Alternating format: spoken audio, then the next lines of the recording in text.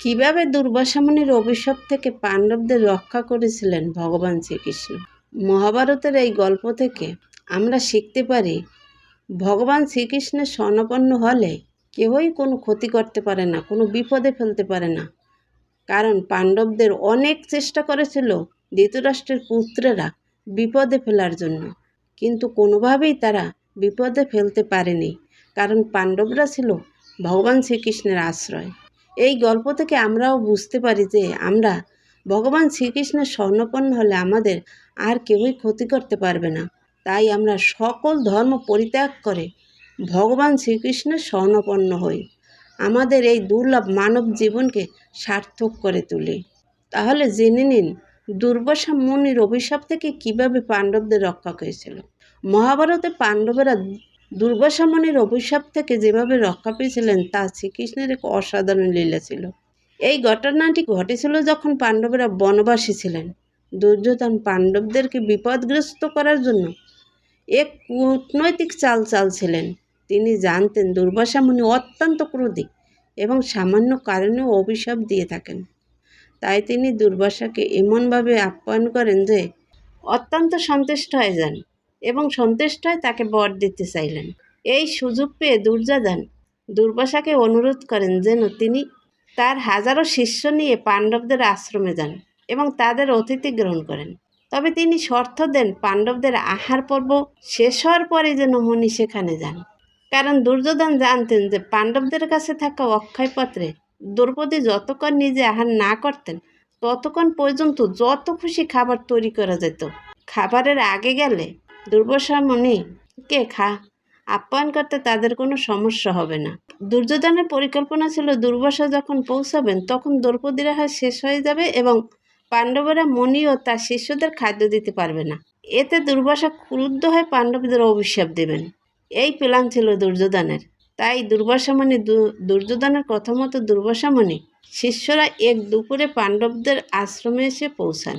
তখন দ্রৌপদীর মাত্রই তার নিজের আহার শেষ করেছেন। এই মুহূর্তে দুর্বাসা মুনি তার কাছে যান। অক্ষয় পাত্রটি তখন খালি হয়ে যায়। দুর্বাসা মুনি পাণ্ডবদের বলেন যে তিনি ও তার শিষ্যরা নদীতে স্নান করে আসবেন এবং ফিরে এসে আহার করবেন।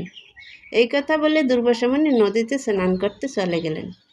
এই পরিস্থিতিতে পাণ্ডবেরা চরম বিপদের সম্মুখীন হন। কি করবেন কিছুই বুঝতে পারছেন না, কারণ তারা জানতেন দুর্বাসা মুনিকে যদি আপ্যায়ন করতে না পারেন তাহলে তার অভিশাপ থেকে রক্ষা পাবেন না, তার অভিশাপের শিকার হতেই হবে। আর কোনো উপায় না পেয়ে তখন দ্রৌপদী অত্যন্ত ব্যাকুল হয়ে শ্রীকৃষ্ণকে স্মরণ করেন। শ্রীকৃষ্ণ যিনি তার ভক্তের ডাকে সর্বদা সাড়া দেন, তৎক্ষণাৎ সেখানে এসে উপস্থিত হন। শ্রীকৃষ্ণ যখন দ্রৌপদীর কাছে সবটা শোনেন তখন তিনি দ্রৌপদীর কাছে অক্ষয় পাত্রটি দেখতে চান। তখন দ্রৌপদী বলেন যে পাত্রটি খালি, পাত্রে কিছুই নাই, তবে পাত্রের এক কোণে একটি ভাত লেগে আছে। এই বলে ভগবান শ্রীকৃষ্ণের হাতে পাত্রটি তুলে দেন।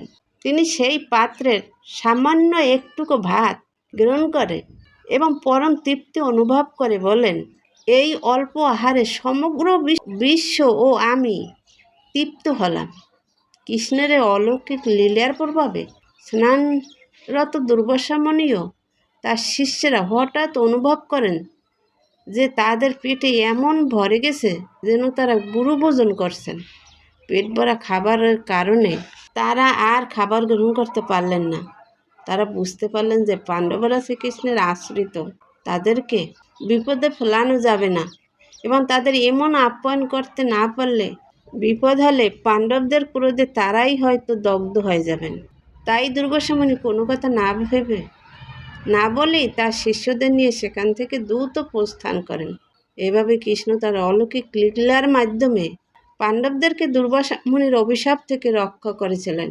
এই মহাভারতের গল্প থেকে আমরা সাধারণ মানুষেরা বুঝতে পারি যে ভগবান শ্রীকৃষ্ণ যার পক্ষে থাকেন তাকে কেউ বিপদে ফেলতে পারে না, তার কেউই তাকে কোনো ক্ষতি করতে পারে না। তাই আমাদের সব কিছু ত্যাগ করে ভগবান শ্রীকৃষ্ণের শরণাপন্ন হওয়া উচিত। হরে কৃষ্ণ, রাধে রাধে।